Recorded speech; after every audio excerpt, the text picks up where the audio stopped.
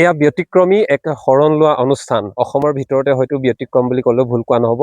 আৰু মোৰ জীৱনত এয়া প্ৰথম এটা অনুষ্ঠান বুলি ক'লেও ভুল কোৱা নহ'ব, যি শৰণ লোৱা পৰ্ব এটা ব্যতিক্ৰমী ৰূপত তেওঁলোকে ব্যতিক্ৰমী নিয়মৰ মাজেৰে তেওঁলোকে শৰণ লয়। আৰু এই পৰিৱেশ বৰ্তমান সময়ত হ্ৰদৈ পুখুৰীত দেখিবলৈ পোৱা গৈছে। আৰু সকলো ভকত বৈষ্ণৱ আচলতে আহিছে। তেওঁলোকে মায়ামৰা সত্ৰৰ মায়ামৰা সম্প্ৰদায়ৰ তেওঁলোকৰ যি শৰণ লোৱা পৰ্ব, এই শৰণ লোৱা পৰ্ব তেওঁলোকে কৰিবলৈ ঐতিহাসিক হ্ৰদৈ পুখুৰীত স্নান কৰিবলৈ আহিছে। আৰু এই পৰিৱেশ আপোনালোকক আমি দেখুৱাইছোঁ।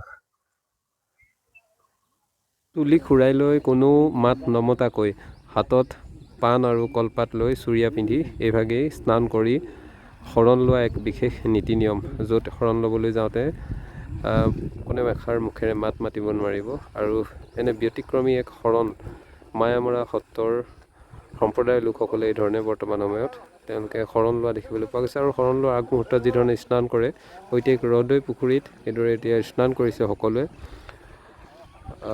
ডাৱৰীয়া বতৰ, তাৰ মাজতে সকলোৱে ঐতিহাসিক হ্ৰদৈ পুখুৰীত স্নান কৰিছে। আৰু হাতত কলপাতেৰে মেৰিয়াই থোৱা পাণ আছে। পাণৰ সৈতে তেওঁলোকে ইয়াত স্নান কৰিব আৰু চুলি খুৰাই লৈ আহিছে। আৰু কোনো মাত মাতিব নোৱাৰিব, তেওঁলোকে মুখেৰে মাত মাতিব নোৱাৰিব। আকৌ ইয়াৰ পৰা স্নান কৰি খোজেৰে গৈ নামঘৰত গৈ তেওঁলোকে শৰণ ল'ব। এয়া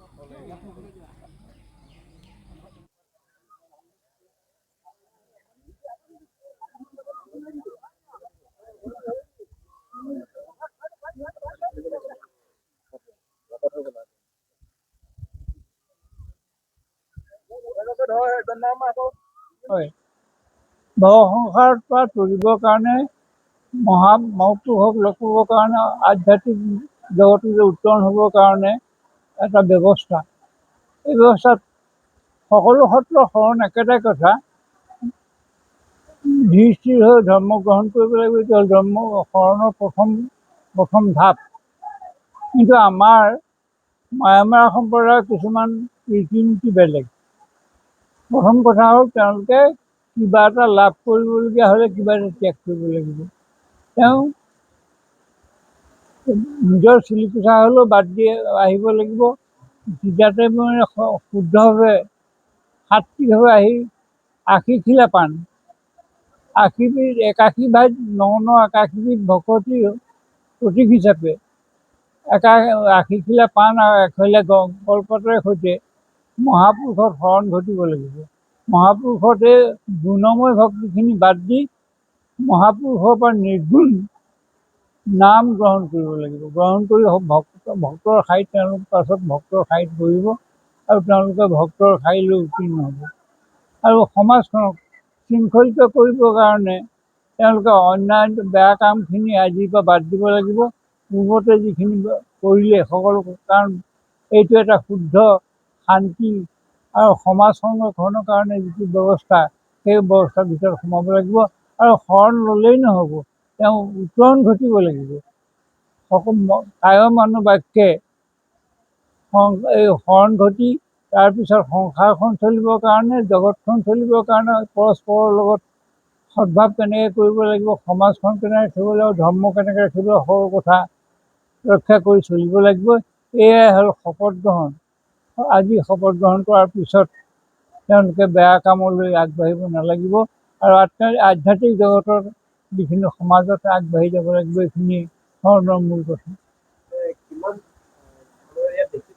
অসমত কিমান বিভিন্ন ঠাইত কিমান ঠাইত আছে এই সম্প্ৰদায় গোটেই সমগ্ৰ অসমতে আছে। বিশেষকৈ উজনি অসমত বেছি, নামনি অসমতো আছে কম। 8খন জিলাত, বিশেষকৈ আমাৰ মায়মাৰ আটাবাম সত্ৰৰ 8খন জিলাত আছে। উজনি অসমৰ 8খন জিলাত আমাৰ ভক্ত বৈষ্ণৱসকল আছে। তেখেতলোকে বিভিন্ন ঠাইত তেওঁলোকে আমন্ত্ৰণ কৰে। এই আমন্ত্ৰণক্ৰমে আমি যোৱা হয় আৰু ভকতৰ লগত সমবেত হৈ তেওঁলোকক শৰণ কাৰ্য সমাধা কৰা হয়।